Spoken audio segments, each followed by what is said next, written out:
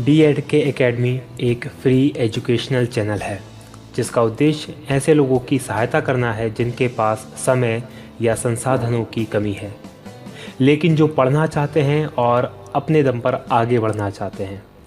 हम ऐसे छात्रों को एक ऐसा मंच प्रदान करना चाहते हैं जहां सभी लोग अपनी पढ़ाई पूरी कर सकें, सशक्त बनें और जीवन में आगे बढ़कर समाज को और बेहतर बना सकें। यही हमारी इस राष्ट्र देवता के प्रति सच्ची श्रद्धांजलि है।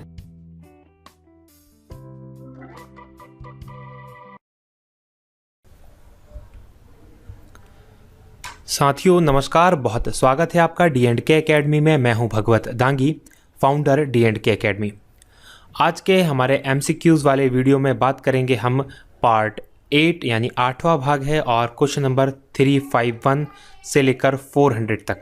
लेकिन थोड़ी सी इसमें मैं जानकारी दे दूं, इसके अंदर जब आप देखेंगे तो क्वेश्चन नंबर 301 to 350 तक होगा, क्योंकि पार्ट 7 जो था उसके अंदर हमने इन क्वेश्चन 351 से लेकर 400 तक की बात कर ली थी। इसलिए पार्ट 8 के अंदर ये जो 301 से लेकर 350 तक के क्वेश्चन थे ये छूट गए थे, तो ये पार्ट 8 में हम कंप्लीट करेंगे।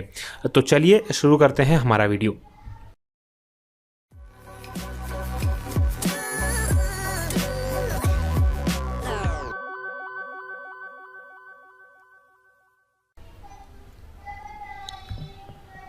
बात करते हैं सबसे पहले ऑनलाइन टेस्ट सीरीज़ की। तो MPPSC 2017 के लिए DED एकेडमी के द्वारा MPPSC online test series start की गई है। इसके अंदर जो कुल 10 टेस्ट होंगे, पर टेस्ट 49 रुपीज़ फीस है। यदि एक टेस्ट आप लेते हैं, यदि पूरी टेस्ट सीरीज आप लेते हैं तो 399 रुपये पूरी टेस्ट सीरीज़ का प्राइस है। आप ये टेस्ट सीरीज़ हमारी वेबसाइट dkmpsc.com से जाकर ले सकते हैं और बहुत मदद करने वाली है। ये जो पूरी टेस्ट सीरीज़ है, ये जो टेस्ट सीरीज है इसको पूरी तरह से उसी तरह से डिज़ाइन किया गया है जिस तरह से MPPSC का GS पेपर फर्स्ट पूछा जाता है, जिस पार्ट से जितने क्वेश्चन पिछले 10 सालों में पूछे गए हैं, तो उसी तरीके से इसको पूरा डिज़ाइन किया गया है।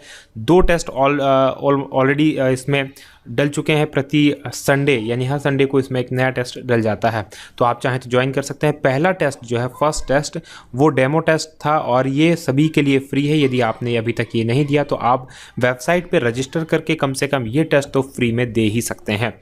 तो चलिए शुरू करते हैं हमारा वीडियो और बात करते हैं हमारे MCQs की। जो पहला है 301, फिर से रचनाओं के बारे में हमने आपसे पूछा है या फिर बताया है। जो बिजुरी रचना है, ये किसकी रचना है? बहुत फेमस रचना है बिजुरी, और ये जो रचना है माखनलाल चतुर्वेदी साहब की। देखिए माखनलाल चतुर्वेदी जो हैं, जिन्हें एक भारतीय आत्मा के नाम से जाना जाता है, फिर कह रहा हूँ बहुत इंपॉर्टेंट है ये। इनकी सारी रचनाएं कम से कम 2 से 3 बार आप पढ़ लीजिएगा, और ये वीडियो के अंदर हमने लगभग जो इंपॉर्टेंट रचना है सभी की सभी इनकी कंप्लीट करेंगे इस पूरी सीरीज़ में। तो इन्हीं वीडियोज़ को बहुत ध्यान से देख लीजिएगा तो आपको सारी इंपॉर्टेंट रचनाएं मिल जाएंगी। तो ये माखनलाल चतुर्वेदी साहब की रचना है। वहीं रश्मि रेखा की बात करें तो रश्मि रेखा किसकी रचना है? एक और इंपॉर्टेंट रचना है रश्मि रेखा, और यह है बाल कृष्ण शर्मा नवीन साहब की। तो ये शाजापुर जिले से बिलोंग करते हैं बाल कृष्ण शर्मा नवीन, और इसलिए मध्य प्रदेश के लिए इंपॉर्टेंट हो जाते हैं। बाकी जो नाम है वो सबके सब मध्य प्रदेश के लिए इंपॉर्टेंट है ही। बात करें अगले क्वेश्चन की, क्वेश्चन नंबर 303, अलीराजपुर जिले का निर्माण कब किया गया था? अलीराजपुर जिला, देखिए मध्य प्रदेश में जो अलीराजपुर जिला है उसको झाबुआ से अलग करके बनाया गया था, और ये जो जिला बनाया गया था 17 मई 2008 को। फिर से इंपॉर्टेंट डेट है, 17 मई 2008 को ये इस जिले का निर्माण किया गया था। और किस जिले से अलग करके बनाया गया? तो झाबुआ जिले से अलग करके बनाया गया। 2008 में ही सिंगरौली जिला भी बना था, लेकिन वो 24 मई को बना था। सिंगरौली जिला भी 2008 में बना था और इसे बनाया गया था सीधी जिले से अलग करके। तो 2008 में 2 जिले बने थे, अलीराजपुर और सिंगरौली। बात करें अरावली पर्वत की सबसे ऊंची चोटी, माउंट शिखर या गुरु शिखर जिसे कहा जाता है, उसकी ऊंचाई कितनी? देखिए राजस्थान के अंदर ये पड़ती है, और अरावली जो पर्वत है जो विश्व के सबसे प्राचीनतम पर्वतों में जिसकी गिनती होती है, तो उसकी सबसे ऊंची चोटी जो है वो है 1722 मीटर ऊंची। 1722 इसकी हाइट है माउंट आबू की या आबू शिखर की। बात करें अगला, नेमावर किस नदी के तट पर स्थित है? नेमावर एक कस्बा है जो देवास जिले में पड़ता है। नेमावर कस्बा है जो देवास जिले के अंदर पड़ता है और ये नर्मदा नदी के तट पर स्थित है और काफ़ी फेमस पर्यटन स्थल वर्तमान में ये बन चुका है नेमावर, और काफ़ी लोग यहाँ पर्यटन के लिए जाते हैं क्योंकि नर्मदा का बहुत ही विहंगम दृश्य यहाँ से देखने को मिलता है। तो नेमावर देवास जिले में है और नर्मदा नदी के तट पर स्थित है। बनास किस नदी की सहायक नदी है? एक और इम्पॉर्टेंट क्वेश्चन है। बनास जो है चंबल नदी की एक बहुत ही फेमस सहायक नदी है। चंबल नदी बहुत फेमस है अपने खड्डों के लिए जिनका निर्माण करती है चंबल घाटी में और जिनमें डाकुओं की शरण स्थली है। तो चंबल नदी की सहायक नदी है बनास। अन्य सहायक नदियों में बात करें तो काली सिंध, पार्वती, ये जो है इसकी चंबल की अन्य सहायक नदियाँ हैं।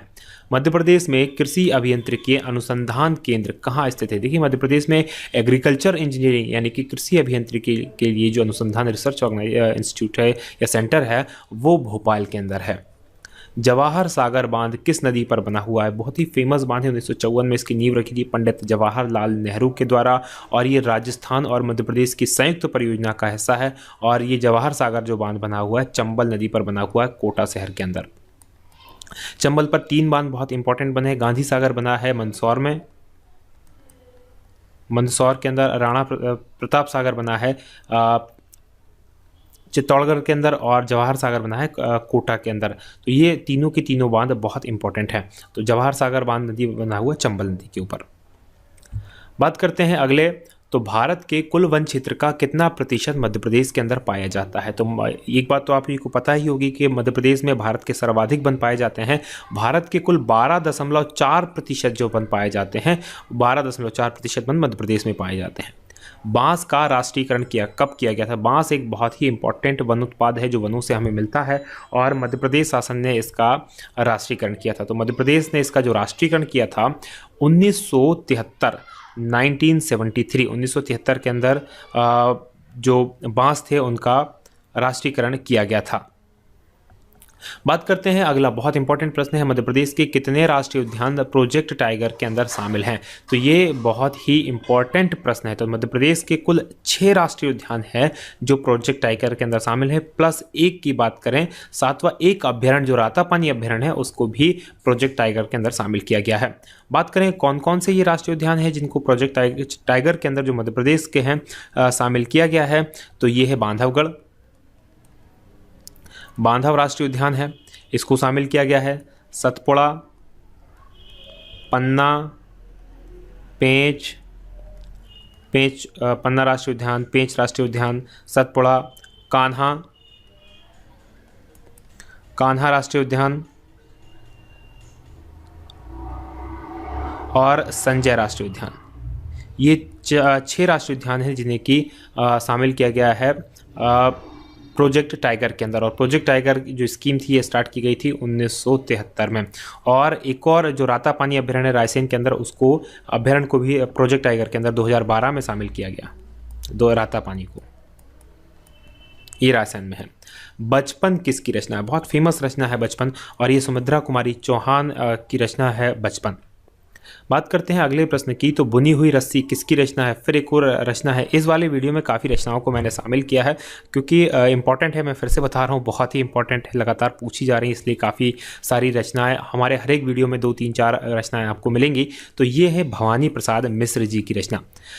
हिरन किस नदी की सहायक नदी है? ये इस टाइप के नाम आपको मिले, हिरन, ऊँटी, हथनी, दूधी, शेर, शक्कर। तो ये सारी की सारी जो है नर्मदा नदी की सहायक नदियाँ हैं। जो भी नाम आपको ऐसा थोड़ा सा अजीब सा लगे, जानवरों के नाम जो खासकर जो मिले, हिरन, ऊँटी, दूधी, शेर, शक्कर, हथनी, तो ये सारे की सारी नर्मदा की सहायक नदियाँ हैं।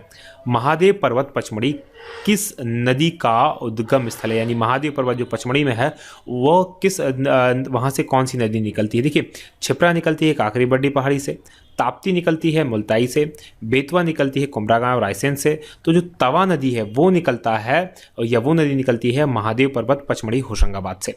जवाहरलाल नेहरू कृषि विश्वविद्यालय कहाँ स्थित है? जवाहरलाल नेहरू कृषि विश्वविद्यालय मध्य प्रदेश का पहला कृषि विश्वविद्यालय। वर्तमान में मध्य प्रदेश के अंदर 2 विश्वविद्यालय हैं। एक है राजमाता विजया राजे सिंधिया जो ग्वालियर के अंदर है, और ये जो जवाहरलाल नेहरू कृषि विश्वविद्यालय है ये जबलपुर के अंदर है। इसकी स्थापना की गई थी 2 अक्टूबर 1964 को। बात करते हैं अगले प्रश्न की। तो मध्य प्रदेश में सर्वाधिक शुद्ध सिंचित क्षेत्रफल किस जिले में है? सबसे ज़्यादा शुद्ध सिंचित क्षेत्रफल जो मध्य प्रदेश का है वो होशंगाबाद जिले में है। होशंगाबाद से नर्मदा नदी निकली है और नर्मदा नदी का जो बांध वगैरह बने हुए हैं उनसे बहुत बड़ा क्षेत्र जो है सिंचित हुआ है। तेंदुपत्ता का राष्ट्रीयकरण कब किया गया था? देखिए, तेंदुपत्ता एक वनोपज है जिसका उपयोग बीड़ी बनाने के लिए किया जाता है। खासकर जो बीड़ी बनती है मध्य प्रदेश का, भारत का जो सर्वाधिक तेंदुपत्ता है वो मध्य प्रदेश में ही एकत्रित किया जाता है। तो जो तेंदुपत्ता का राष्ट्रीयकरण किया गया 1964 में इसका राष्ट्रीयकरण किया गया। बांधवगढ़ राष्ट्रीय उद्यान की स्थापना कब हुई? बांधवगढ़ राष्ट्रीय उद्यान बहुत ही फेमस राष्ट्रीय उद्यान है और इसकी स्थापना जो हुई थी वो 1968 में हुई थी। ये 32 पहाड़ियों से घिरा है, 32 पहाड़ियों से घिरा है और यहाँ पर बाघों का सर्वाधिक घनत्व पाया जाता है। राला मंडल अभयारण्य किस जिले में है? तो राला मंडल अभयारण्य जो है वो सबसे छोटा अभयारण्य है साइज में और ये जो है इंदौर जिले के अंदर स्थित है। इंदौर के पास में ही है, इंदौर शहर में ही है, ये इंदौर के शहर से थोड़ा सा लगा हुआ है, तो ये इंदौर के अंदर स्थित है। बात करते हैं अगले प्रश्न की। तो राष्ट्रभाषा की कुछ समस्याएं किसकी रचना है? राष्ट्रभाषा की कुछ समस्याएं जो रचना है आचार्य नंद दुलारे वाजपेयी। देखिए, एक इंपॉर्टेंट चीज़ मैं आपको बताना चाहता हूं आचार्य नंद दुलारे वाजपेयी की रचनाओं के बारे में।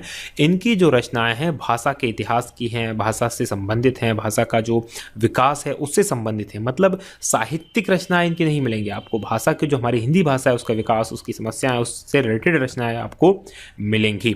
तो ये राष्ट्रभाषा की समस्याएं आचार्य नंद दुलारे वाजपेयी साहब की रचना है। पर आंख नहीं भरी किसकी रचना है? ये पर आंख नहीं भरी जो रचना है ये डॉक्टर शिव मंगल सिंह सुमन साहब की रचना है। मध्य उच्च प्रदेश पर किस प्रकार का अपवाह प्रतिरूप है? देखिए, मध्य उच्च प्रदेश जो है वो ग्वालियर, मुरैना, भिंड, गुना जो वो क्षेत्र कहलाता है वो कहलाता है मध्य उच्च प्रदेश। और यहाँ पर अपवाह प्रतिरूप की यानी कि नदियों का जो बहने का फॉर्मेशन है उसकी बात करें तो ये जो है वृत्ताकार प्रकार का है। वृत्ताकार मतलब गोल जो होता है उस तरह का है। मंडला किस नदी के तट पर स्थित है? मंडला बहुत ही फेमस सिटी है, जिला है और ये मंडला जो है नर्मदा नदी के तट पर स्थित है। बात करते हैं अगले प्रश्न की। तो पांडव जलप्रपात किस नदी पर बना है? देखिए, पांडव जलप्रपात फिर एक इम्पॉर्टेंट है। ये जो पांडव जलप्रपात है पन्ना के अंदर है, पन्ना जिले के अंदर है और केन नदी पर बना हुआ है। जलोढ़ मिट्टी किस फसल के लिए उपयुक्त होती है? तो जलोढ़ मिट्टी जो होती है वो गेहूं, गन्ना, कपास सभी के लिए उपयुक्त होती है, यानी उपयुक्त सभी इसमें आंसर आएगा। और ये उपरोक्त सभी जो होता है इसके बारे में मैं आपको थोड़ा सा जानकारी देना चाहता हूँ। जो सामान्य MCQ क्वेश्चन होता है उसका यदि कोई आंसर आपको नहीं पता तो किसी भी आंसर के सही होने की गुंजाइश जो रहती है वो 25% रहती है, क्योंकि 25 और 25 25 25 4 बार जोड़ोगे तो 100 हो जाएगा। यानी कोई भी इसमें से एक अगर आपको नहीं पता है तो 25% है उसका कि वो सही हो सकता है। लेकिन अगर उपरोक्त सभी दिया है तो उसकी जो गुंजाइश होती है वो 31% सही होने की होती है। यदि आपको नहीं पता किसी प्रश्न का आंसर और उसमें ये दिया है उपरोक्त सभी और आपको नहीं पता कि इसका सही आंसर क्या है तो आप से निवेदन करूंगा अधिकतर उपरोक्त सभी लगा के आए। लेकिन यदि आपको पता है कि नहीं उपरोक्त सभी नहीं है तो ये गलती नहीं करना है। सिर्फ कब करना है? जब ये आपको नहीं पता सही आंसर क्या है तो उपरोक्त सभी आप लगा सकते हैं। वहीं इनमें से कोई नहीं प्रश्न को आंसर लगाने से बचें, क्योंकि उसकी जो सही होने की संभावना रहती है मात्र 21% उसके सही होने की संभावना, और ये बाकायदा स्टडी की गई है तब मैं आपको बता रहा हूँ। मध्य प्रदेश में सोयाबीन का सर्वाधिक उत्पादन किस जिले में होता है? तो सबको पता होगा, बहुत सिंपल सा क्वेश्चन है। तो उज्जैन जो जिला है वहाँ पर मध्य प्रदेश के अंदर सर्वाधिक सोयाबीन का उत्पादन होता है। बात करें मध्य प्रदेश में प्रति व्यक्ति वन क्षेत्रफल कितना है? तो मध्य प्रदेश के अंदर प्रति व्यक्ति जो वन क्षेत्रफल है वो 0.16 हेक्टेयर 0.16 हेक्टेयर जो है वो प्रति व्यक्ति वन क्षेत्रफल मध्य प्रदेश में है। क्वेश्चन नंबर 329, मध्य प्रदेश का सबसे छोटा राष्ट्रीय उद्यान कौन सा है? तो मध्य प्रदेश का जो सबसे छोटा राष्ट्रीय उद्यान है वो फॉसिल जीवाश्म राष्ट्रीय उद्यान जो कि मंडला में पड़ता है, ये जो है सबसे छोटा राष्ट्रीय उद्यान है। बात करें अगले क्वेश्चन की, तो बेईमानी की परत किसकी रचना है? बेईमानी की परत एक इंपॉर्टेंट रचना है और ये जो रचना है ये है हरिशंकर परसाई की। हरिशंकर परसाई की रचना है बेईमानी की परत। चिंतक की लाचारी किसकी रचना है? चिंतक की लाचारी। फिर एक और इम्पॉर्टेंट रचना आ गई हमारे पास में, और ये जो चिंतक की लाचारी है ये है माखन लाल चतुर्वेदी साहब की रचना। कान्हा राष्ट्रीय उद्यान किस जिले में है? तो कान्हा राष्ट्रीय उद्यान मंडला जिले के अंदर स्थित है। कान्हा राष्ट्रीय उद्यान मध्य प्रदेश का सबसे पुराना, सबसे इंपॉर्टेंट देखें, सबसे पुराना है, सबसे पहला या पुराना भी कह सकते हैं और सबसे बड़ा भी है। क्षेत्रफल की दृष्टि से सबसे बड़ा राष्ट्रीय उद्यान है। और कान्हा राष्ट्रीय उद्यान में एक ब्रेडरी प्रजाति का बारहसिंगा पाया जाता है जो मध्य प्रदेश का राजकीय पशु भी है। बात करते हैं अगले प्रश्न की, तो मुसाफिर खाना किसकी रचना है? मुसाफिर खाना जो रचना है वो मुल्ला रमूजी की रचना है। मुल्ला रमूजी की एक और रचना के बारे में हमने चर्चा की थी, वो थी शादी और मुसाफिर खाना। तो बड़े इंटरेस्टिंग टाइप के नाम होते हैं इनकी रचनाओं के मुल्ला रमूजी के। हम विश्वाई जन्म के, फिर एक इंपॉर्टेंट रचना आ गई हम विश्वाई जन्म के, ये किसकी रचना है? तो ये बाल कृष्ण शर्मा नवीन साहब की रचना है, हम विश्वाई जन्म के। महेश्वर किस नदी के तट पर स्थित है? तो महेश्वर जो है नर्मदा नदी के तट पर स्थित है।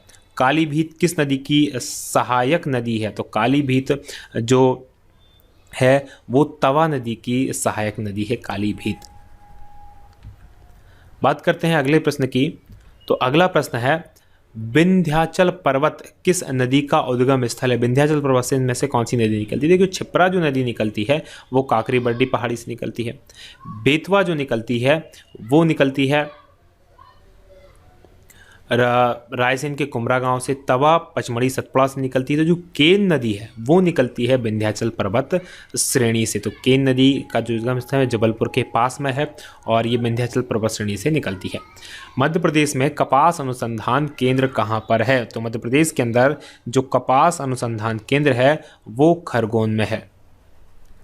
गांधी सागर बांध की ऊंचाई कितनी है? तो गांधी सागर बांध की ऊंचाई है 64 मीटर। संजीवनी संस्थान कहाँ है? तो संजीवनी संस्थान है भोपाल के अंदर।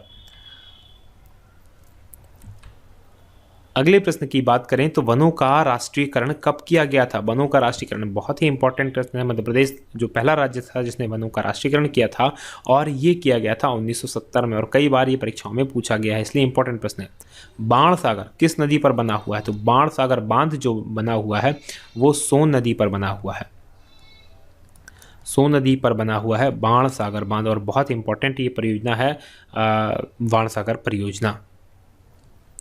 बात करें किस मिट्टी में बालू की कमी होती है? ऐसी मिट्टी जिसके अंदर बालू की कमी होती है, तो जो काली मिट्टी होती है उसके अंदर बालू की कमी होती है। बाकी इन मिट्टियों के अंदर बालू की कमी इतनी ज़्यादा नहीं होती, काली मिट्टी के अंदर बालू की कमी सबसे ज़्यादा होती है। छोटी तवा नदी का उद्गम स्थल क्या है? कहाँ से छोटी तवा नदी निकलती है? तो जो बैतूल है, बैतूल के पास से छोटी तवा नदी निकलती है। अगले प्रश्न की बात करें तो मध्य प्रदेश में सर्वाधिक तापमान कहाँ अंकित किया जाता है? तो मध्य प्रदेश के अंदर जो सर्वाधिक तापमान अंकित किया जाता है वो विदिशा के गंजवासुदा में अंकित किया जाता है। गंजवासुदा करके स्थान है जहाँ पर सबसे ज़्यादा तापमान अंकित किया जाता है। वहीं भिंड का गोहद जो है वो सबसे कम वर्षा के लिए इसको जाना जाता है। हिल्लौल किसकी रचना है? हिल्लौल एक इम्पॉर्टेंट रचना है और ये जो रचना है ये है शिव मंगल सिंह सुमन साहब की। रानी नागफनी की कहानी, ये भी एक बहुत ही इंपॉर्टेंट रचना है और हरिशंकर परसाई साहब की रचना है रानी नागफनी की कहानी। पुष्प की अभिलाषा सभी ने सुनी होगी, ये बहुत फेमस रचना है और ये है माखन लाल चतुर्वेदी जी की रचना। बात करते हैं अंतिम दो प्रश्नों की, तो विंध्याचल श्रेणी की सबसे ऊंची चोटी कौन सी है? विंध्याचल श्रेणी की जो सबसे ऊंची चोटी है वो अमरकंटक है, जहाँ से नर्मदा, सोन और जोहिला नदी निकलती है। ये तीनों नदियां हैं जिनका उद्गम भी होता है यहाँ से। आष्टा किस नदी के किनारे स्थित है? तो आष्टा जो है सीहोर जिले के अंदर स्थित है। सीहोर जिले की एक तहसील है आष्टा, और ये जो है ये पार्वती नदी के किनारे स्थित है और पार्वती नदी का उद्गम भी आष्टा के पास में से ही होता है। तो ये आज के हमारे एमसीक्यूज़ थे। आशा है आपको ये एमसीक्यूज़ ना केवल पसंद आएंगे बल्कि आपके लिए बहुत उपयोगी भी ये सिद्ध होंगे। तो बहुत ध्यान से इनको देखें, आप लाइक करें, साथ में शेयर करें और कमेंट करना बिल्कुल भी ना भूलें कि आपको ये हमारा जो प्रयास है कैसा लग रहा है। साथ में जो MPGK से संबंधित और वीडियोस इस स्क्रीन पे दिखाई दे रहे हैं आपको, इनको भी देखना बिल्कुल ना भूलें। आप इसी तरह से इस चीज़ को सीखते रहें, आगे बढ़ते रहें। इसी कामना के साथ हम हमारी बात को यहीं समाप्त करेंगे। जय हिंद, जय भारत।